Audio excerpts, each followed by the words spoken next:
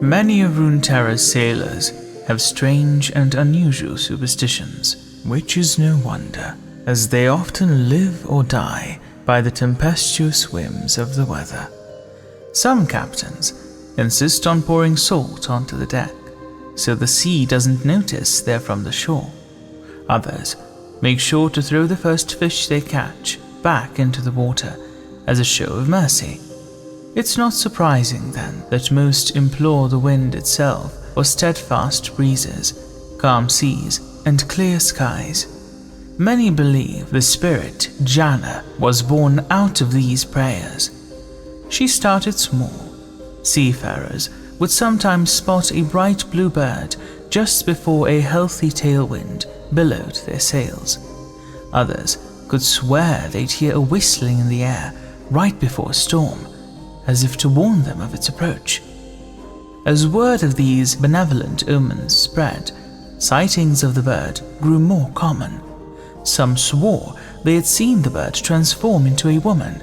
With tapered ears and flowing hair, this mysterious maiden was said to float above the water and direct to the wind with a flick of her staff. Seafarers created ramshackle shrines of sea sparrow bones and shining oyster shells, which they tucked into the bows of their ships. The more successful vessels built their shrines as figureheads on their masts, hoping their more ostentatious displays of faith would be rewarded with even better winds. Eventually, Runeterra's seamen agreed upon a name for this wind spirit, Janna, an ancient Shuriman word meaning guardian. As more sailors came to believe in Janna and made increasingly elaborate offerings to gain her favor, she grew ever stronger.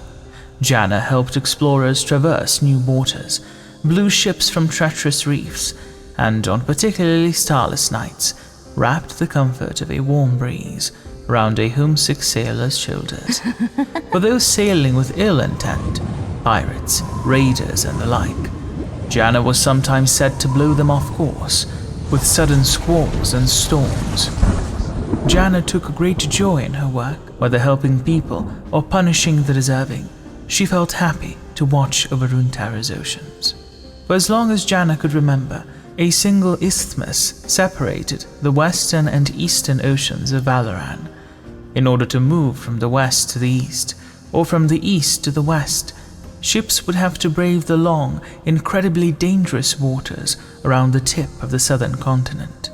Most ships subsequently made offerings to Janna for strong winds that would expedite their perilous journey around the rocky coast. The city fathers of the bustling trade city on the isthmus coast, tired of watching ships make the long trek around the southern continent, which could often take many months, they hired the most innovative scientists to use the rich chemical resources recently discovered in the area to create a massive waterway that would unite Valoran's major seas. Word of the canal spread like a pox amongst sailors. Such a passage would open up boundless trade opportunities, allow for easier passage through dangerous waters, reduce time at sea, and introduce the transportation of perishable goods. It would bring the east to the west to the east, and above all, it would bring change. With the canal in place, sailors wouldn't need Janna's winds to keep their ships safe from Valoran's cliffs. They wouldn't need to build elaborate shrines or watch the stormy horizon for bluebirds.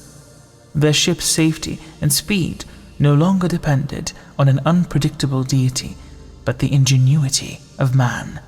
And so, as construction progressed over the decades, Janna fell out of favor. Her shrines grew ragged, picked apart by gulls, and seldom was her name whispered, even as the waters grew sharp and choppy with winter. Janna felt herself weaken and her powers fade. When she tried to summon a squall, she'd only conjure a light draft. If she transformed into her bird form, she would only fly for a few minutes before needing to rest. She'd meant so much to those at sea only a few years prior. Was this how easily they could forget someone who just wanted to keep them safe and honor their prayers? Janna was saddened, by her slow decline into irrelevance, and as the canal reached completion, all that remained of her was a faded breeze. The opening of the canal was a joyful celebration. Thousands of Chemtech devices were placed across the isthmus.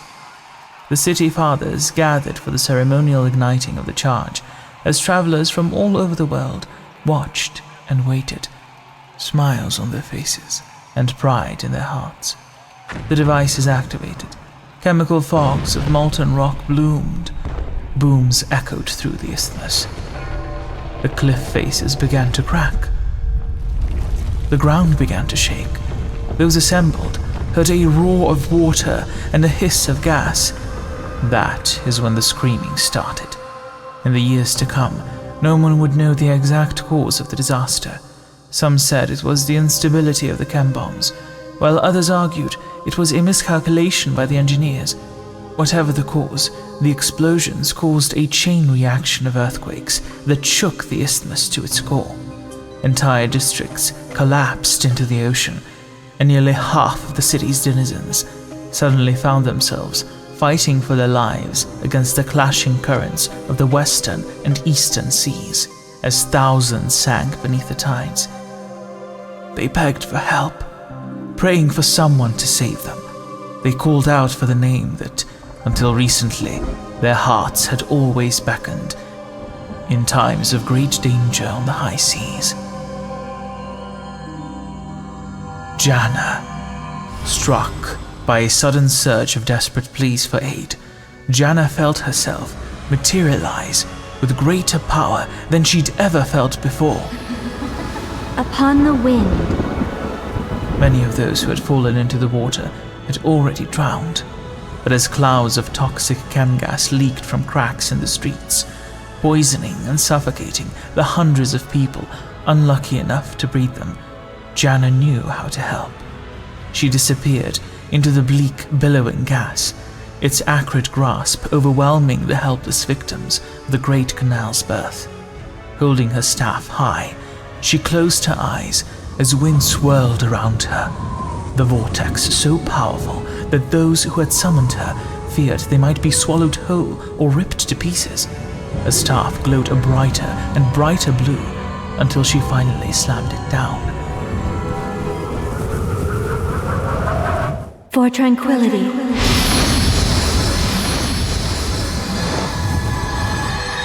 Blowing the gas away in one ferocious burst of air. Those who had summoned Janna caught their breath and looked upon the woman who had saved them, vowing never to forget her again. With that, a gust of wind blew through the streets, and Janna was gone, though some swore they saw a bright bluebird make a nest high atop the iron and glass spires overlooking the city.